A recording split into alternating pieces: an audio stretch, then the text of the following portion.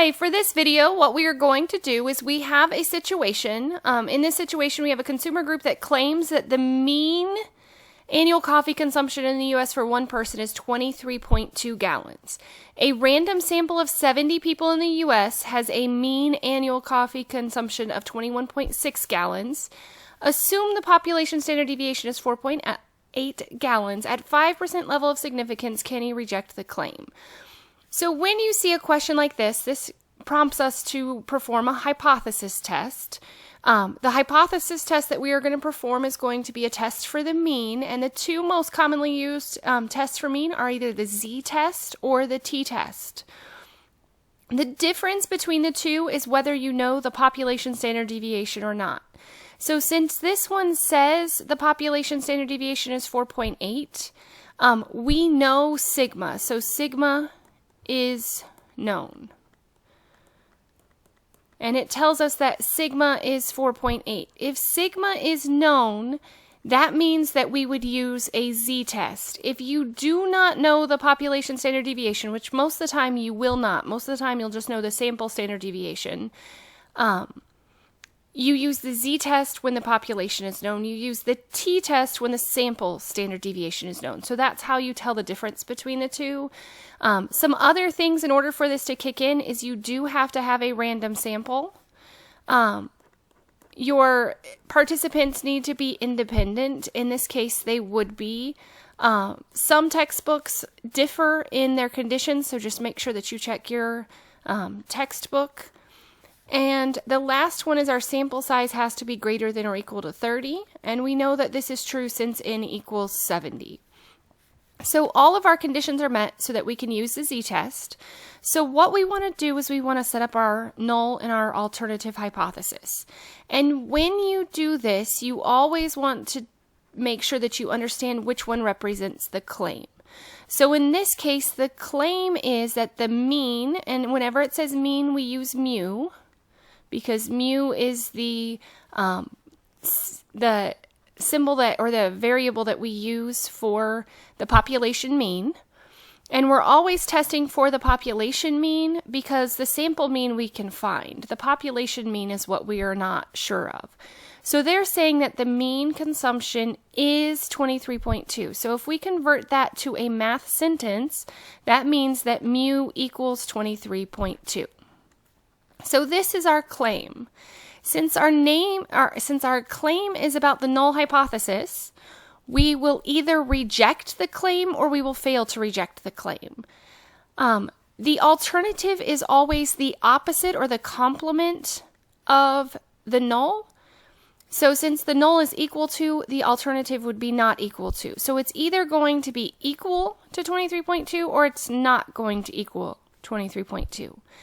This tells us right here that we are going to have a two-tailed hypothesis test. So when we shade our model or our normal distribution, we do have to shade both tails.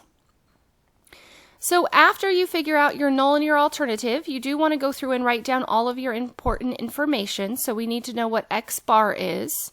And so x bar, remember, is our sample mean. It tells us that our sample mean is 21.6 gallons.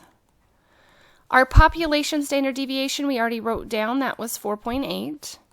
We need to write down our sample size, so sample size is 70. And we need to know our level of significance, or our alpha level. The alpha level is the same thing as the level of significance. So our alpha would be 0.05. This is our determination for whether or not we reject or we fail to reject. This must be given before you start. You can't decide after you've run the test. So for this one, we're using alpha equals 5%.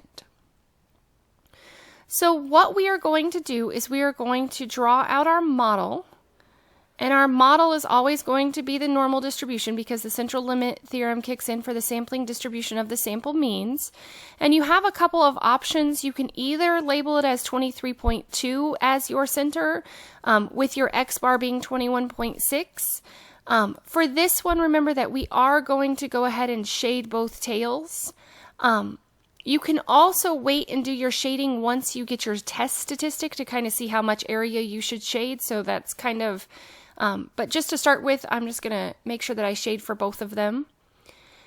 And then remember, our standardized test statistic that we have to calculate is z equals x bar minus mu divided by sigma over square root of n.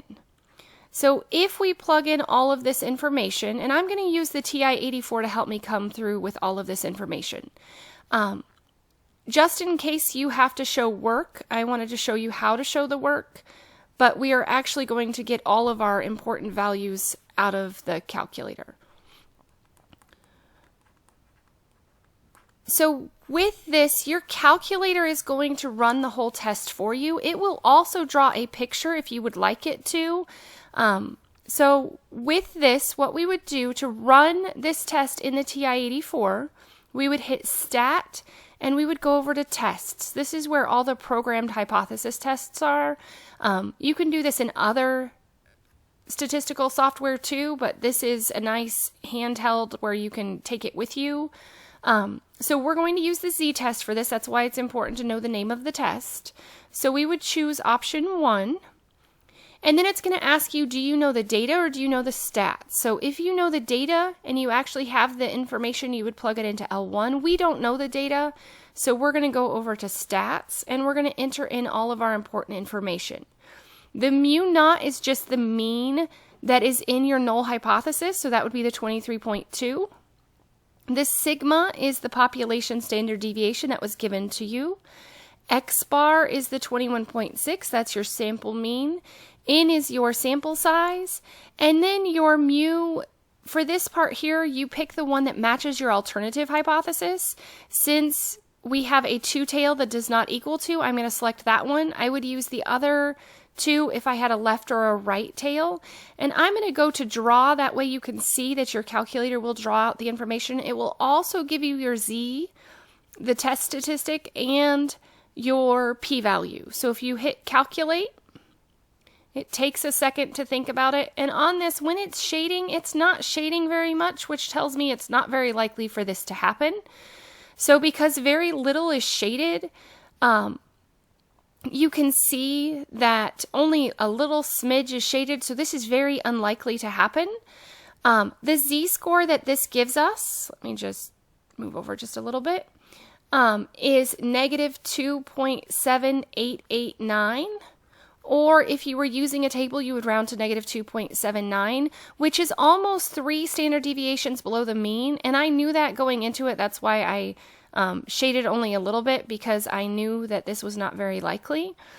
And then the p-value, if you remember what the p-value is, the p-value is the probability of getting a sample with the same mean as we did for this one, given the population mean and the population standard deviation. So we can see that the p-value for this one, so like I said, this is the probability of getting a sample mean that is more extreme than 23 or the 21.6. And for a two-tailed test, it's 2 times the probability. So if I wanted to calculate this using hand calculations, I would do 2 times the probability that z is less than negative 2.79. But like I said, the calculator gives that to us, the 0.0053, which is telling me that in order for this mean to happen by chance alone, that would only occur 0.53% of the time, which means that it's very, very unlikely to get this mean if the true population mean were 23.2. It doesn't mean it can't happen. It's just very, very, very improbable. So what we would do is that's where the alpha level comes into play. We would look at the alpha level. Since the alpha is 0.05, we can compare it to the p-value. So since the p-value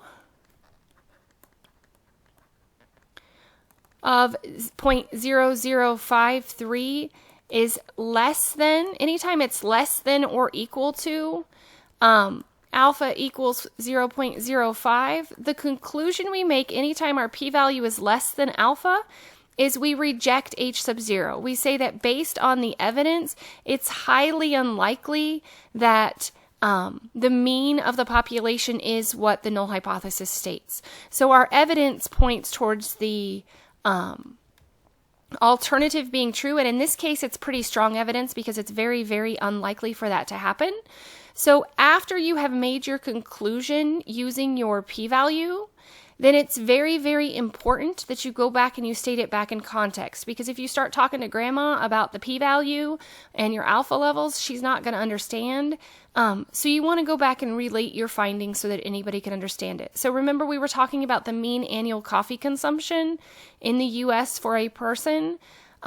So what we can do is we can say that at 5%, and even at 1%, you would still come to the same conclusion. At 5%, and because our claim, let's go back up, our claim was about the null hypothesis, we would say we have enough evidence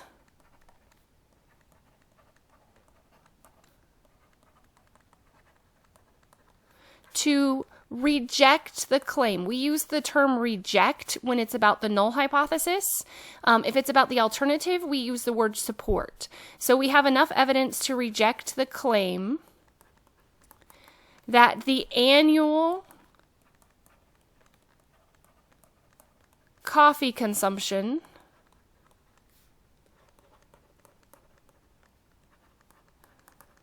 in the US per person is 23.2 gallons. So we have enough evidence to reject that. If you were trying to make a conclusion, we would say that most likely, since 21.6 is so far below, we would say that most likely the mean of the population is going to be less than that. As always, thanks for watching. Please continue to check out all of my video content.